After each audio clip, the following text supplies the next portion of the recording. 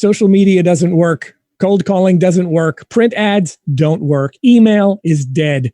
Whenever an advertiser is unable to make a particular marketing vehicle work, they often blame the delivery mechanism and declare it either dead or ineffective. But what if the problem isn't the marketing vehicle? What if it's just the way you're using it?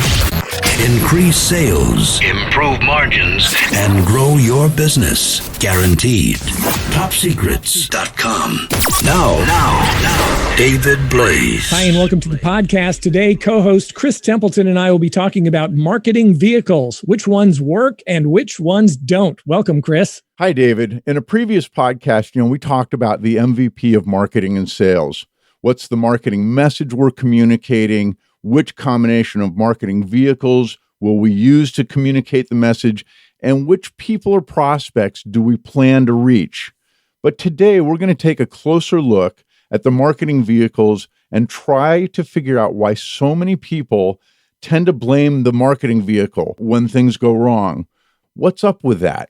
Yeah, what is up with that? Well, it's easier than taking responsibility for the failure of any campaign. Because really what we're talking about here in terms of any sort of communication is the MVPs. What's the message I'm conveying? Which combination of marketing vehicles will I use to communicate the message?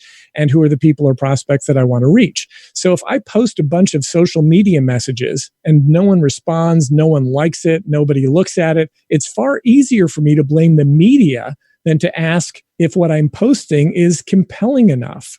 If I run a paid ad somewhere and no one responds to it, it's easier for me to blame the delivery mechanism than it is to think that my well-crafted, beautiful offer is somehow inadequate or unappealing. It forces me to blame myself instead of the medium. And in a lot of cases, it's just easier to blame the marketing vehicle or the medium that we're using. But that doesn't serve us much, does it, though? No, because when a particular marketing vehicle isn't working for us, it doesn't mean the entire vehicle itself is flawed. It might just be the way that we're using it. And when we understand that, we're going to be on the path to be able to start to fix these things rather than just become a victim of them. Again, it goes back to the whole piece that we did on who's the buyer. And looking at this and saying, what are the things that I need to look at for myself? It's so easy to blame the vehicle, but there's so many things that we can do to improve how we perform on any of those vehicles, including consistency.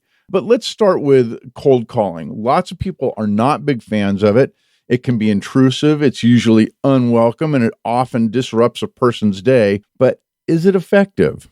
Well, it can be. And cold calling is not my favorite form of first contact, but it doesn't really matter that it's not my favorite form of first contact because for some people, it works very well. I mean, I personally don't like it from a positioning standpoint, but some people are great at it and they swear by it and they're able to generate customers with it. So from that standpoint, for them, it is absolutely effective. And that's where I think we run into trouble is just because cold calling is not my preferred method of initiating contact with a new prospect doesn't mean that it doesn't work. And so if I say something like, oh, cold calling stinks, that doesn't work, it's just not true. It's not factually true. And no matter how much I dislike a particular marketing method, for me to summarily dismiss anyone's preferred method of marketing, it's not right. It's not honest because for some people, different types of marketing are going to work.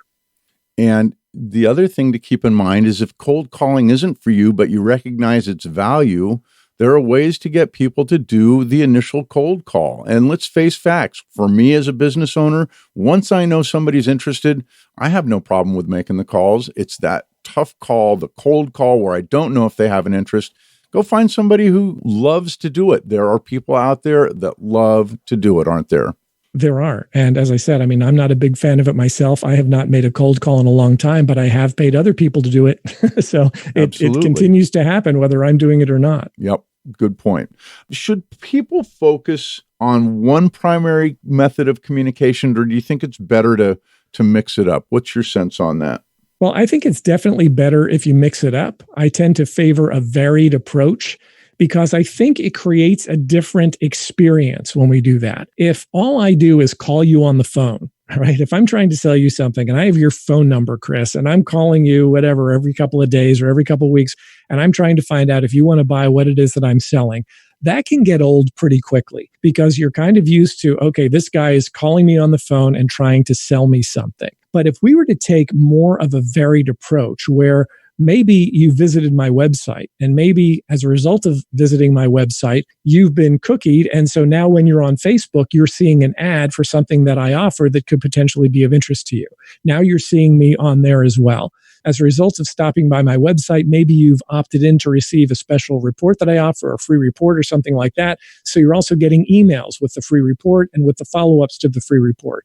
So now it's a combination approach. You're seeing my ads on Facebook, you're getting my emails with a follow-up to the information you requested.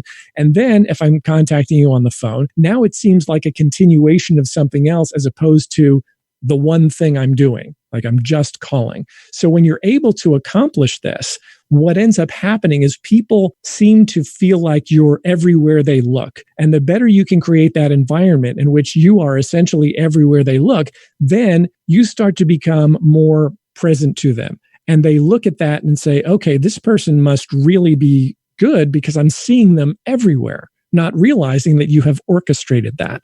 You know, one of the things that I think is really important to talk about is retargeting, which is the piece that you're talking about, where 5 years ago, that was a really scary thing.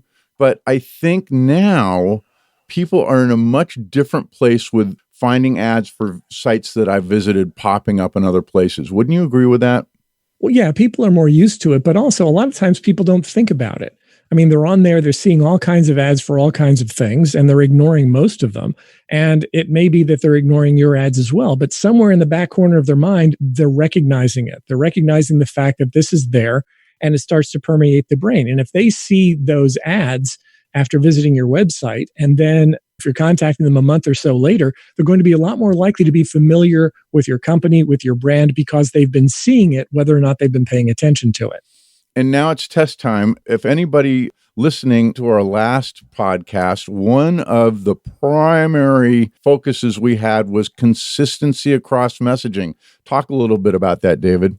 Right. You want to make sure that people can essentially follow the scent. It's like a hunting dog. The dog wants to pick up on a particular scent and follow it through. If you've got different forms of communication and they're all conveying a very similar message, then they're able to follow the scent. It all makes sense. If you've got 3 different ads talking about 3 different things, then there's going to be a disconnect. They're not going to perceive it as part of the same thing. It's going to be disjointed or disconnected. There are a lot of people who run all kinds of ads, and you see the ad and what's in the ad is very appealing. And then you click through the ad and it takes you to the homepage of their website, which doesn't address at all whatever it was that was in the ad. So they make you dig for it, and people will not dig for it. They'll get to it. There will be a disconnect in their mind. They'll say, this isn't what I clicked on, and they'll go away. So making sure that there's a consistency between the ad that you're running and then wherever you're directing the person to, and then if you're offering them something free, that all of that is consistent so that when they get to the point where they have to enter their name and their information to receive more information from you, they feel comfortable doing it because they know exactly what it is that's being asked of them. You made a comment on the last podcast about helping the buyer insert themselves into the story. This is, again, that whole idea of a path that they can follow that makes sense, that's consistent, the messaging is similar. If I can create that story, I've just done myself a huge favor in my sales, haven't I? Yeah. And when you're doing that in multiple areas, you're doing it in the ads, you're doing it in the emails, you're doing it on the phone. If you meet them in person, you're doing it in person, you're doing it on your website.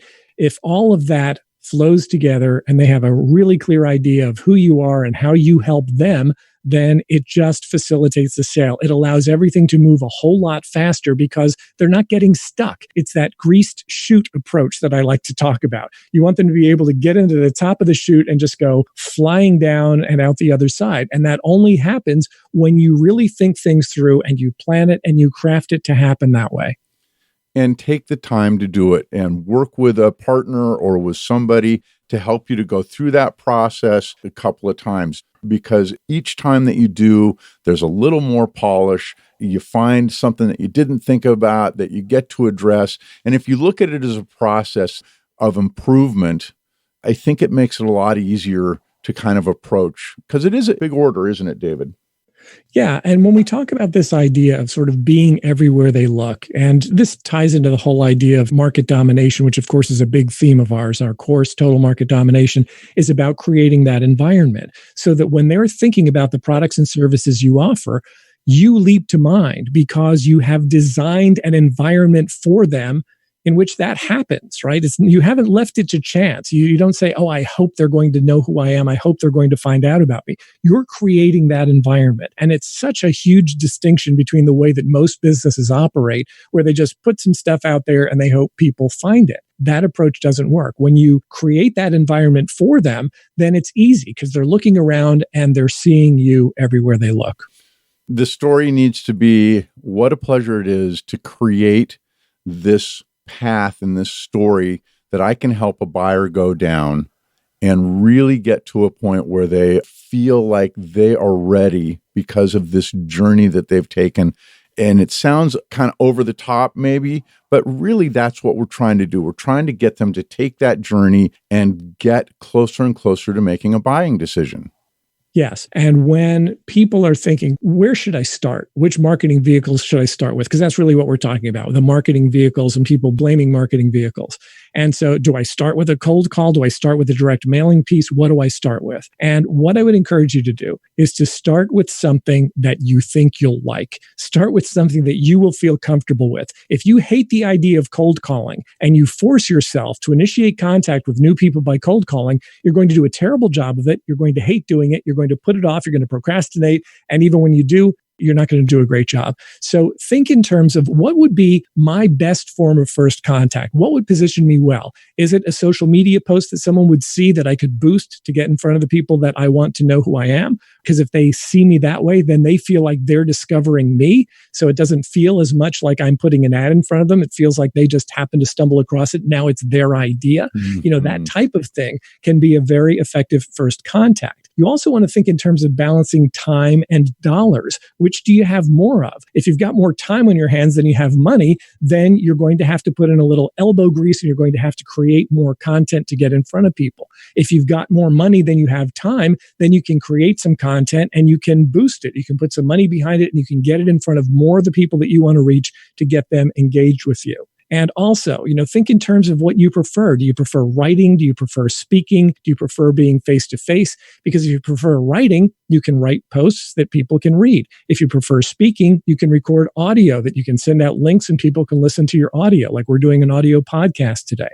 Do you like being face-to-face with people? Well, you can do that in person, or you can shoot video and you can send people a link to a video so that you can be in front of them, talking to them as if you're right in front of them, and you can leverage yourself. So think in terms of the marketing vehicles that are going to be best suited for you and what you want to accomplish in your business, given your personality and your preferences. I'll just say that one of the things that I love about doing this podcast with you is it is absolutely clear who you are as a person in terms of, am I going to have a fit with this person? I know you enough from listening to just one podcast to know whether there's a fit or not.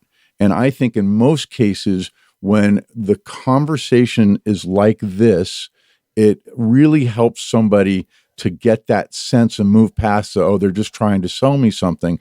I really encourage this kind of communication because it comes off as authentic.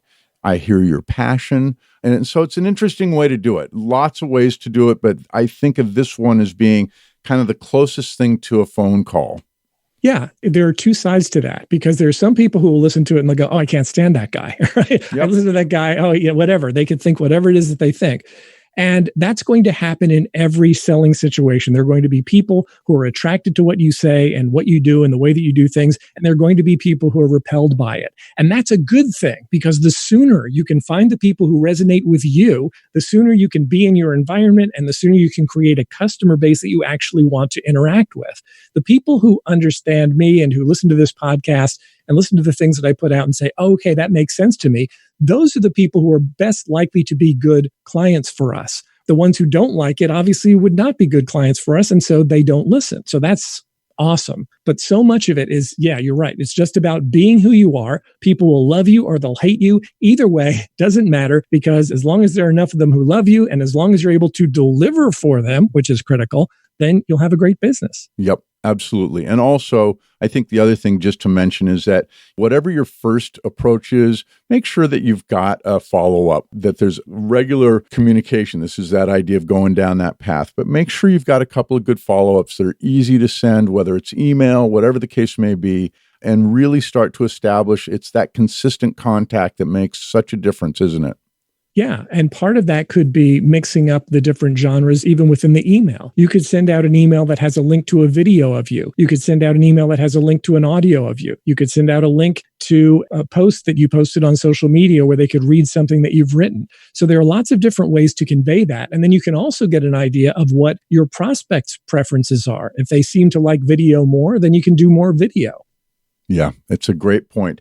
We got to wrap it up. Let's talk about the action steps our listeners should take if what they want to do is figure out the best marketing vehicles for them. Okay, first of all, if it's not working, don't rush to blame the marketing vehicle. Take a look at your messaging. What are you saying in there? Is it attracting people or is it repelling them? Determine who's seeing it. Who are the people that are receiving the message? And then ask if it's working for other people. Because if that marketing vehicle is working for other people, but it's not working for you, then the problem is not the vehicle, right? Got to face facts. Second, consider a varied approach. Can you use a combination of marketing vehicles to create the impression that you're everywhere they look? And ideally, the answer to that question is yes. So if they're getting your emails and if they're seeing you on social media and if they're seeing your videos and they're listening to your audios, that's what I mean by a varied approach. It mixes it up. It allows them to feel like you're everywhere and they're experiencing you in lots of different ways, which makes it come across a lot more interesting. Third, lead with marketing vehicles that you think you'll like. If you're good at writing, write. If you prefer to speak, use audio. If you prefer to be face-to-face, get in front of people or consider using video to leverage that. Because if you like it, if you're comfortable with it, you will do more of it and you will attract the types of people who resonate with that and who like the types of stuff you're putting out. So powerful, so powerful. Listen to this one twice at least. Good idea. Okay, let's talk about what's coming up on our next podcast, David. Okay, Chris, in our next podcast, we're going to be talking about your daily wins. What are you doing every day to move you toward your goals? Another critical one. Hey, great podcast, David. See you on the next one. Okay, thanks, Chris. TopSecrets.com. If you're tired of flat or declining sales and losing business to your competitors, be sure to check out my latest web presentation entitled Programming Clients to Choose You. Who are your very best prospects currently programmed to buy from? Is it you or someone else? If you want it to be you, visit topsecrets.com/choose and register for the free presentation now. That's topsecrets.com/choose. Increase sales, improve margins, and grow your business guaranteed. Top Secrets.com.